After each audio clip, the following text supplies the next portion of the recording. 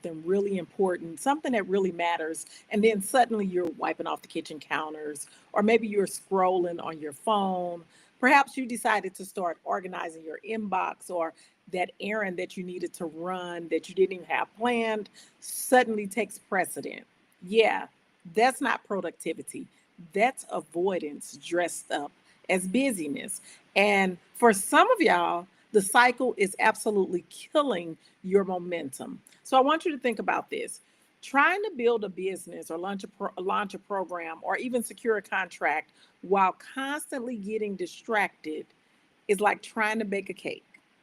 But every 10 minutes, you are turning off the oven to do laundry.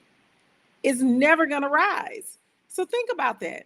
You said I want to build a business, or you said I want to launch this workshop, or I want to have this training on May 31st, or I want to secure a contract by June 30th.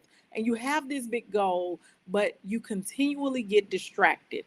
Every time you stop, you get started, then you stop. You get started, and you stop. I really want you to think about if you mix up a cake and you go put it in the oven, and then every 10 minutes you turn the oven off. Soon as it's preheated, gets heated, and it's just beginning to bake, you turn the oven off.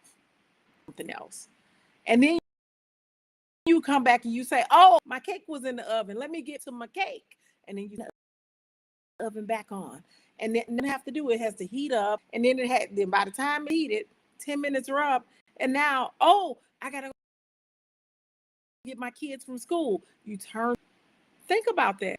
The cake is never going to cook, and that's the reason why a lot of us have not achieved the goals that we want to achieve. So you say you want to get a proposal done, or say you want to pitch your services, or finish that offer that you started and you've never put it together, but you got overwhelmed even before you got started. Maybe you checked your email 10 times before you even wrote the first sentence. Or like many of us, you've convinced yourself that you're planning. I got to do all of this planning when really you're just procrastinating. And what do? We label it as ADHD. And listen, I'm not judging you because it's real for some. So for some it's real, but for others, they're just stuck in a pattern of self-sabotage. So the real problem is not your calendar, it's not your list, it's that your focus is fractured. And deep down, your brain is trained to protect you from doing the hard thing by keeping you busy with all of the small things. I'm going to give you a minute to let that set in. This is not a calendar problem. This is not a scheduling problem.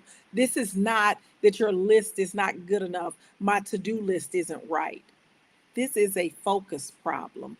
Your brain has been trained to protect you from doing the hard thing by keeping you busy with all of the other small things. So, of course, I don't tell you what the problem is without giving you some strategies and some solutions to help you to overcome that, because we all have to figure out what it is that's holding us back. So I'm going to give you 5 steps, 5 tangible, easy, relatable steps that you can do. And these are ones that I use in my real life. And I've gone through the gamut to try to figure out what really helps me to be productive. And I'm sharing these ideas with you. So I've done the productivity work and tried to figure it all out. Then I figured out it's focus. So I had to figure out how to focus. So I hope that this helps you the way that it helped me. So the first thing that I did, and this might be a time when you want to write this down or take note in your phone. So the first strategy I use is I set a power hour. I will set myself up a power hour, which is one block of time where I'm doing 1 hour, one task, 0 distractions. I'm going to put my phone on do not disturb. I'm going to close all of the tabs on my computer. I'm going to get out of the way where people will disrupt me and interrupt me. And I'm going to set my timer for 1 hour. And in that hour, I'm going to get the one task that I need to get done without any distractions. Once that task is done or that hour is up, I'm free to get up and to move around.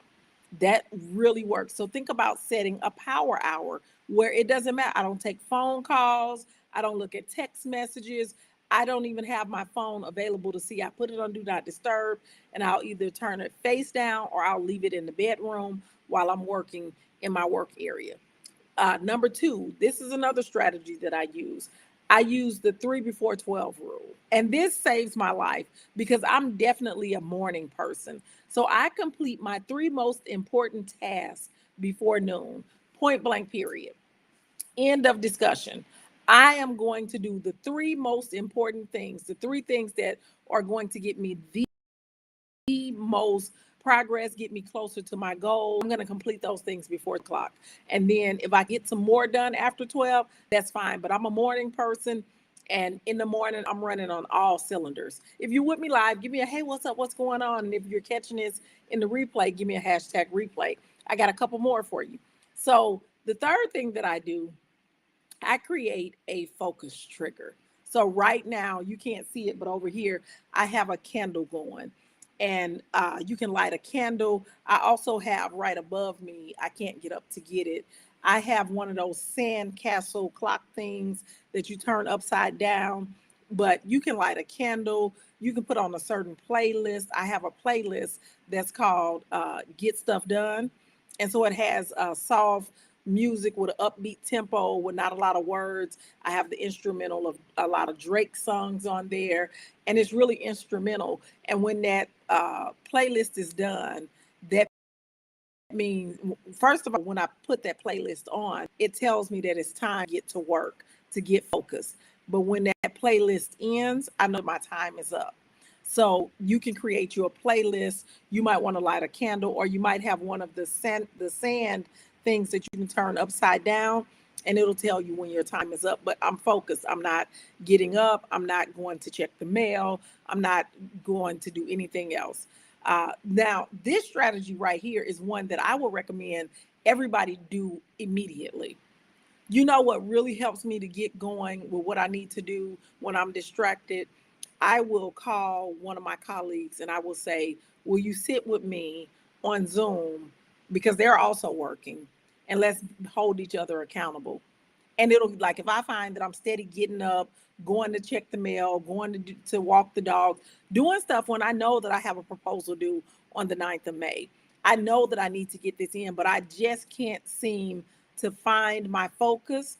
I'm going to call one of my good accountability partners. I'm going to call one of my colleagues.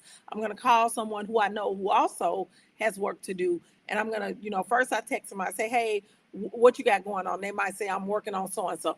And I'll be like, hey, do you mind us getting on Zoom and let's do a work session together? Because I need to get some things done, and I need to create some accountability and some pressure in order for me to perform. And somebody knows what I'm talking about. You need that pressure to perform. So you can just get on Zoom, say we're going to do this for an hour, and then when that person sees you looking off, getting up, they can bring you back in line. But I'm telling you, the work sessions absolutely work. And then the last thing that I had to do that I think will be really beneficial for a lot of people who lack focus or who are trying to get more focus, I had to stop romanticizing multitasking. So, we like to tell ourselves, oh, I can do two things at one time. Oh, I can multitask, not when it's something that's important. Like I might be sweeping or mopping and listening to a book in my ear. I might be listening to an audio book in my ear, which is technically multitasking. But I will tell you this, I am missing either something that's happening in that book, or I'm not doing it as an efficient job because you're trying to split your attention. So what am I saying? One tab open, do one job at a time. Stop thinking that you can do two and three things at a time. Have one tab. I am notorious for having 25 tabs open at the top of my computer. I have all of my emails up. I have so many things up and going. When I am trying to get focused, I close all of those tabs out.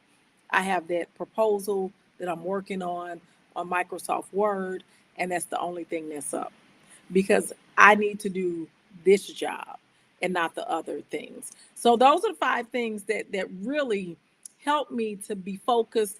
And anyone who knows me knows that I'm really good about getting the things done that need to get done, as well as prioritizing, but also making sure that I'm having fun and that I'm enjoying my life as well. And that's the way that I'm able to do it. The hard truth is, hey, Tamika, hey, and hey, Carol, hey. So the hard truth is, you don't need another planner.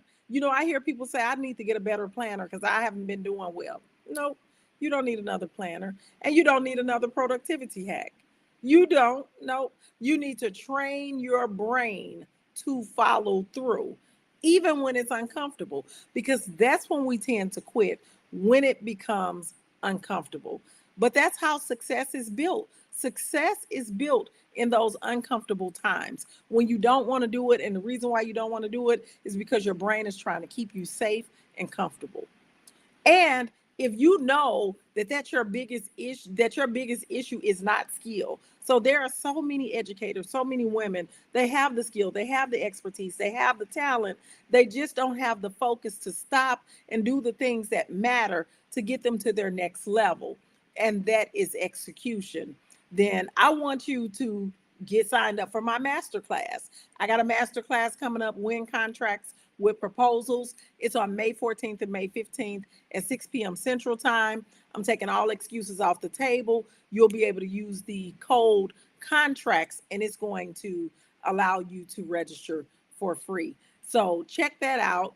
And I'm going to show you exactly how to stop overthinking and actually start closing contracts with schools, colleges, and community-based organizations. You have been distracted long enough, and it's time to decide that whether or not you're going to be busy or if you're going to be booked, because those are two totally different things. You're either going to be busy putting stuff together, trying to do stuff, or you're going to decide to be booked.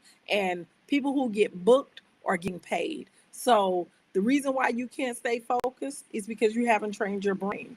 And it's going to take you about 30 days to get your brain trained, and you're going to need some help. And so that's why I shared the 5 strategies with you. I hope that this has been helpful and that you try a couple of the strategies that I've shown you and come back and let us know whether or not this worked. That's right. Dr. Ann said the same with the tabs. Absolutely. Close out all of those tabs. I'm telling you, if you try the things that I've given you, you'll see all 5 of them may not work for you, but 1 or 2 of them are going to work for you. And you're going to be able to see the change in your level of focus. And when you are focused, you're going to see that you have greater productivity. And with your greater productivity, it's going to get you closer to your goals. So you no longer have to keep self-sabotaging and doing things that are not moving you forward. So I hope this helps. I'll see you all inside the masterclass that's coming up next week. I'm super excited to share with you all because there are so many opportunities available. And the one thing that I don't want us to do, do not want us to shrink during this time of change. I want us to stand tall, be bold, and be courageous and go after what's rightfully ours.